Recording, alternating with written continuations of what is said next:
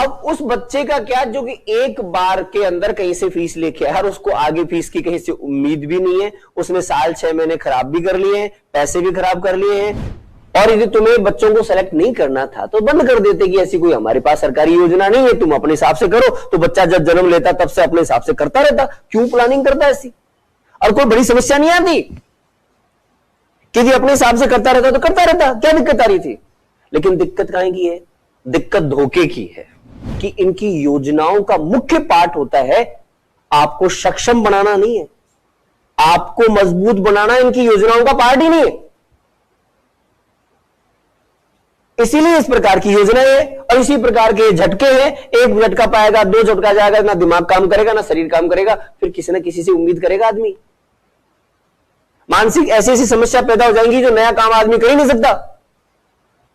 Confidence आ ही नहीं पाएगा उसके पास कि अब वो कोई नया काम करेगा और उसमें सफलता होगी। एक किसी एग्जाम में बच्चे के साथ ऐसा हो गया ना, दोबारा किसी एग्जाम में वो जाएगा बैठेगा तो उसका कॉन्फिडेंस जीरो रहेगा, उसको कोई ना कोई डर सताएगा कि पता नहीं यार आगे क्या होगा क्या नहीं होगा। और जब कॉन्फिडेंस ही नहीं आया, पूरा मन ही नहीं आया, तो क्या खाक तैयारी करेगा? तो आप कम से कम 3 या 4 या 5 साल पहले इन्फॉर्म कर दो कि भैया अगले 5 साल बाद में इस प्रकार की कोई वैकेंसी नहीं आएगी, कोई बंदा उम्मीद लेके तैयारी ना करे। सुन रहे हो बात? ओके, तो 5 साल बाद बदल दो, क्या दिक्कत थी? वो कम से कम धोखा तो ना हो। सीजीएल 2023 की बात है और 8.5 गुना समथिंग लोगों को उन्होंने पास किया है मेंस के लिए। ये इंफॉर्मेशन बच्चों को पहले से नहीं बता रहे कि हम अब की बार इतने लोगों को पास करेंगे, संभावना है इतना गुणा को पास करेंगे।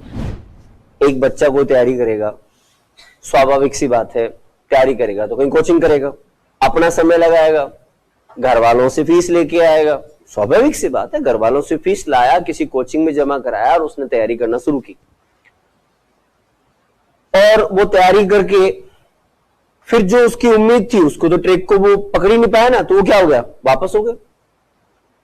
अब फिर क्या होता है, अगले सालों के अंदर ये लोग क्या करते हैं, अपने सिलेबस को बदल देते हैं।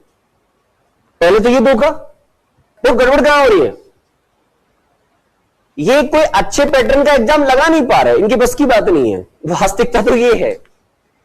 इसलिए इन्होंने थेरेपी क्या ली है कि सिलेबस बदलते रहो। पहले तो एक धोखा तो ये कि एक बच्चा जो उम्मीद करके बैठा था कि चलो अब की बार उसको 8.5 गुना लोगों को जो पास किया गया है, अब वो जो काफी सारे बच्चे रह गए पीछे, अब वो जो बच्चे हैं जब वो तैयारी करेंगे अगली बार तो सिलेबस बदला हुआ मिलेगा, पैटर्न बदल जाएगा। तो क्या हुआ, वो कोचिंग की फीस बर्बाद हो गई, दोबारा कोचिंग करो, दोबारा तैयारी करो, नए ड्रेस से तैयारी करो। अब बच्चों के साथ धोखा क्या हुआ, उनके साथ नुकसान क्या हुआ है? उनको पहले ऐसा बताया नहीं गया कि तुम्हारे साथ ऐसा होने वाला है, और उन्होंने उम्मीद कुछ और कर ली। उस उम्मीद के पीछे बच्चा चल रहा। क्या पता किसी के घर में बेचारे के साथ ऐसा ही होगा कि इतनी फीस थी कि मैं एक ही बार कोचिंग कर सकता हूं, और उसने सिलेबस देखा कि एक बार कोचिंग कर लेता हूं मेरा काम हो जाएगा। हर कोई व्यक्ति अपनी अपनी कैलकुलेशन लगाता है ना लगाता? अरे हर बच्चा कैलकुलेशन लगाता है कि मैं इतना पढ़ूंगा फिर ये आ जाएगा और ये करके मैं पास हो जाऊंगा। अब उस बच्चे का क्या जो कि एक बार के अंदर कहीं से फीस लेके आया और उसको आगे फीस की कहीं से उम्मीद भी नहीं है, उसने साल 6 महीने खराब भी कर लिए हैं, पैसे भी खराब कर लिए हैं, और वो था ना साहब दीवारा बेड़े होना, जानते हो आप लोग? और भारत के अंदर ये मान के चलो कि ये जो मिडिल क्लास है सबसे ज्यादा यही है, जानते हो आप लोग? और मिडिल क्लास की स्थिति कोई अच्छी नहीं है अक्सर लोगों के साथ। तुम्हें भी, तुम लोग जो बैठे हो तुम्हें शायद खुद को भी नहीं पता कि पापा जी फीस कहां से इकट्ठी करके दे रहे हैं। उनके साथ उनके बिजनेस में कोई आदमी बिजनेस भी कर रहा है तो क्या कौन कौन से लफड़े चल रहे हैं, वो पैसे आएंगे कि नहीं आएंगे, व्यवस्था कर पाएंगे कि नहीं कर पाएंगे। लेकिन चूंकि उनको एक अगली उम्मीद होती है कि चलो पैसे लगा दें तो कुछ काम उनका हो जाए। बच्चा 1 साल यदि खराब कर चुका है तो बड़ी विचारशील बात है कि वो साल किसका खराब हुआ है। कोई यदि बुद्धिजीवी आदमी बैठ के देखे, ठीक है डायरेक्टली वो बच्चा उसका परिवार प्रभावित हुआ इससे, लेकिन इनडायरेक्टली क्या आपको लग नहीं रहा कि देश प्रभावित होगा? आपको लग नहीं रहा कि ये जो लोग हैं 1 लाख लोग भी हैं, 10,000 लोग भी यदि हैं, ये 10,000 दोबारा किसी बेरोजगारी की लाइन में खड़े होंगे और दोबारा ये जो बेरोजगारी है देश के अंदर, ये जो संख्या बढ़ती जा रही है, ये देश के लिए माइग्रेन है। ये जो बेरोजगार हैं, अब चूंकि जीवन चलाना है, खाना खाना है, व्यवस्था करनी है, तो पैसा तो चाहिए। अब सीधे सीधे साधन अवेलेबल नहीं है। इन्होंने पहले से क्या कर दिया है, पहले से बच्चों को उम्मीद दिखा दी कि ये एसएससी है, यूपीएससी है, लो आ जाओ, तैयारी करो, हो जाओ सेलेक्ट, हम ऐसे करवाएंगे। और बाद में धोखाधड़ी ऐसी होती है। तो फिर 1-2 साल में बच्चा अपनी कैलकुलेशन तो लगाएगा, और जो बच्चा 1 चांस के लिए आया तो वो अलग हो गया, फिर दोबारा हो सकता है दोबारा भी कोई तैयारी करे, फिर दोबारा भी दिया सा उसके साथ हो गया, तो फिर इसकी स्थिति क्या है? वो कहते हैं ना घर का ना घाट का, बीच वाली बात हो जाती है। ऐसी मानसिक स्थिति आज बच्चों की पैदा हो रही है। तो क्या इन बच्चों के मन के अंदर सरकार के प्रति, देश के प्रति प्रेम कभी जागृत होगा? आप किस देश प्रेम की उम्मीद कर रहे हो? कहां से आएगा जब उनका देश ही उनके लिए ऐसा कर रहा है, उनको परेशान होने के लिए छोड़ रखा है। जहां वो बच्चा पैदा हुआ है, पैदा होने के बाद उसके पास अच्छी एजुकेशन नहीं है, अच्छी डायरेक्शन नहीं है, भटकाव के साधनों की भरमार है, और बाद में बच्चे को पता लगता है जब वो 30, 35, 40 साल का हो जाता है, तब वो सर पकड़ता, अरे यार क्या करना था और मैंने क्या कर लिया। अब मैंने क्या कर लिया, ये तो बात सही है, बच्चे ने यही सोचा, लेकिन ये तो अब साइकोलॉजी आपको बता रही है कि इसके पीछे का कारण बच्चा नहीं है, सरकार और देश ही इसके पीछे का कारण है। बस सरकार के अंदर, इस देश के अंदर ये मूवियां किसने बनाई, ये सेंसर बोर्ड कौन चलाता है, ये मूवियां क्यों यहां पे लाने दी इन लोगों ने, क्यों भटकाव लाने दिए? और यदि तुम्हें बच्चों को सेलेक्ट नहीं करना था तो बंद कर देते कि ऐसी कोई हमारे पास सरकारी योजना नहीं है, तुम अपने हिसाब से करो। तो बच्चा जब जन्म लेता तब से अपने हिसाब से करता रहता, क्यों प्लानिंग करता ऐसी? और कोई बड़ी समस्या नहीं आती कि यदि अपने हिसाब से करता रहता तो करता रहता, क्या दिक्कत आ रही थी? लेकिन दिक्कत काहे की है? दिक्कत धोखे की है।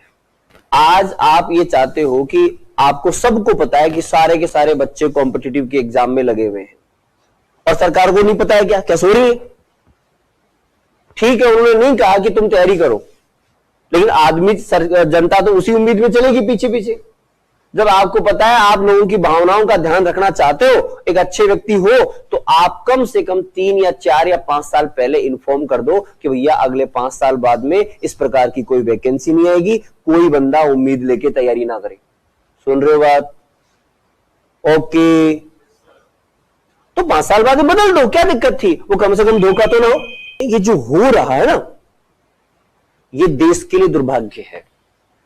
चौथा, असंतोष जो जनता में पैदा किया जा रहा है, इस असंतोष के बाद में आप कौन सी उम्मीद की बात करते हो? ये जो एसएससी को लेकर बच्चे जो है आक्रोशित हैं, हर कोई व्यक्ति जो है इनका सपोर्ट कर रहा है, और हम भी सपोर्ट कर रहे हैं, आपको भी करना चाहिए।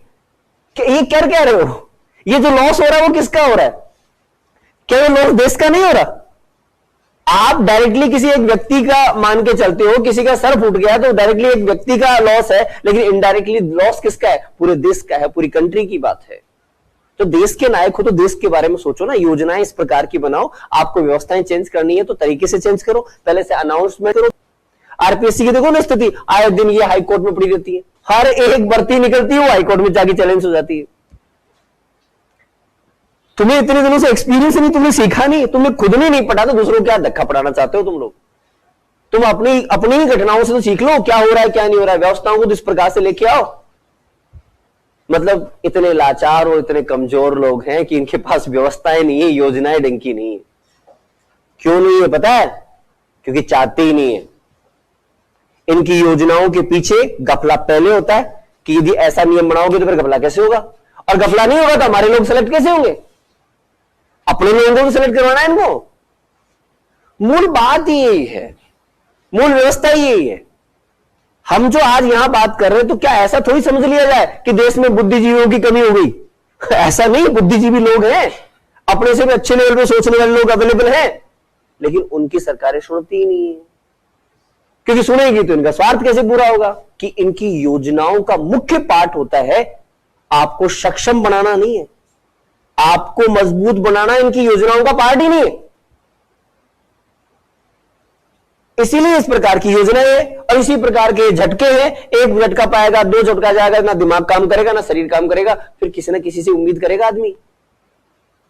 मानसिक ऐसी ऐसी समस्या पैदा हो जाएंगी जो नया काम आदमी कर ही नहीं सकता।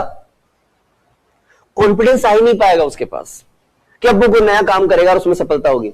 एक किसी एग्जाम में बच्चे के साथ ऐसा हो गया ना, दोबारा किसी एग्जाम में वो जाएगा बैठेगा तो उसका कॉन्फिडेंस जीरो रहेगा। उसको कोई ना कोई डर सताएगा कि पता नहीं यार आगे क्या होगा क्या नहीं होगा। और जब कॉन्फिडेंस ही नहीं आया, पूरा मन ही नहीं आया, तो क्या खाक तैयारी करेगा और क्या सेलेक्ट होगा? भाई आदमी ने तैयारी ढंग से नहीं की तो सिलेक्शन की क्या उम्मीद कर रहे हो? फिर वो वही बेरोजगारी के चक्कर में घूमता रहेगा। और इन्हीं कारण से पंचवर्षीय योजनाएं चल रही है। तुम देखो ढंग से, बच्चा 5 साल और कुछ तो 10 साल तक कंपटीशन की दुनिया में उलझा पड़ा है। क्यों उलझा पड़ा है?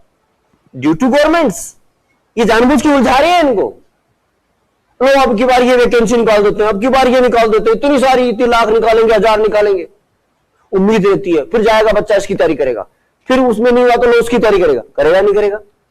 आप आंख खोल के उठा के ऊपर से देखो, बच्चे को भटकने के लिए व्यस्त कर रखा है और कुछ ही नहीं है। और घर वाले उसके पीछे ना। इनकी एजुकेशन इतनी अच्छी है कि बच्चे अपने लेवल पे सोच पाए। विचारशीलता तो है ही नहीं ना, वो तो जीरो है। अरे वो अपने लेवल पे सोचे अच्छे बुरा क्या गलत है, कि मुझे क्या सीखना चाहिए क्या नहीं सीखना चाहिए, कौन सी जॉब मेरे लिए अच्छी है, इस प्रकार की सोच रही है तो एजुकेशन दी ही नहीं। बचपन से अपन ने वहां पहले पढ़ाई के फील्ड में अपन कर दिया। इन्होंने स्कूल कॉलेज बनाई किस लिए थी? ताकि कोचिंग की रिक्वायरमेंट होती है। अरे आज कोचिंग की रिक्वायरमेंट ये भी तो एक घटना ही तो है, लेकिन कोई सोच नहीं रहा। क्यों? क्योंकि व्यवस्था का पार्ट हो गई है। व्यवस्था का पार्ट होगी तो हर किसी को लगता है भाई कोचिंग तो करनी पड़ती है। बट कोचिंग करना एक एडिशनल वर्क है, मूल वर्क नहीं है। कोचिंग क्यों कर रहे हैं? क्योंकि स्कूलों में पढ़ाया नहीं ढंग से, इसलिए कोचिंग कर रहे हैं। स्कूलों का, अब यह भी एक बड़ी घटना है, स्कूलों का सिलेबस अलग है, कोचिंग्स का सिलेबस अलग है। इनकी कॉम्पिटिटिव एग्जाम जो हैं उनका सिलेबस अलग है। तो कोचिंग वाले तो कॉम्पिटिटिव एग्जाम के हिसाब से पढ़ाएंगे और स्कूल वाले जो उनका बोर्ड का सिलेबस है उसके हिसाब से पढ़ाएंगे। दोनों जब अलग अलग है। बच्चा 12th पास करने के बाद जब किसी कॉम्पिटिशन का सिलेबस देखता है तो लगता है यार ऐसा तो मैंने कुछ पढ़ा ही नहीं, तो वो कोचिंग में आएगा कहां जाएगा? इन्होंने जानबूझ के ऐसी व्यवस्थाएं बनाई है। और इसका सबसे बड़ा और मूल कारण पता है क्या है? सबसे बड़ा और मूल कारण है कि ये जो पावर होती है ना वो यूथ में होती है, देश को बदलने की, व्यवस्थाओं को समझने की। ये जो टीनेजर है ना, टीनेजर और खासकर 25 साल तक के लोग जो हैं, अरे देश को यही बदल सकते हैं। देश की पावर भी यही है, ऊर्जा भी यही है। और इन लोगों को व्यस्त करे रखो जब तक कि ये 30-35 साल के ना हो जाए, जब तक कि इनकी बुद्धि डाउन ना हो जाए, जब तक कि ये नए विचार करना बंद ना कर दें। क्योंकि बायोलॉजिकल रीजंस होते हैं, टीन एज और जो युवा लोग हैं उसमें नए विचार आते हैं, राइट? नया कुछ करना चाहते हैं। तो उनको इन कंपटीशन दुनिया में फंसा रखा है, वो बाहर निकल के सोच ही नहीं पा रहे कि हो क्या रहा है। फिर दूसरा, तुम्हारी मूवियां वगैरह ये चलाई रखी है कि कुछ लोग इसमें व्यस्त रहो, कुछ लोग उसमें व्यस्त रहो, व्यस्त पड़े रहो आराम से। और हम कौन से षड्यंत्र रच रहे हैं किसी को पता ही नहीं चलना। क्योंकि आपका पड़ोसी क्या कर रहा है कब पता लगेगा? जब आप होश में होंगे, जागृत रहेंगे। और सोए पड़े रहे तो मरने के बाद ही पता लगेगा। बहुत बड़ी वास्तविकता है, इसके पीछे की बहुत बड़ी सच्चाई है, नॉर्मल घटनाएं नहीं है। इसीलिए कहा जा रहा है, स्पष्ट बात यह है, अपनी विचारशीलता पे जोर दो। कार्य में, काम के अंदर पीछे मत हटो कि ये काम आएगा, ये काम नहीं आएगा ना। सब काम आएगा, सारे के सारे गुण जीवन में काम आएंगे और तुम्हारे करियर में भी काम आएंगे। स्पष्ट रूप से मान के चलो। Okay, right? धन्यवाद।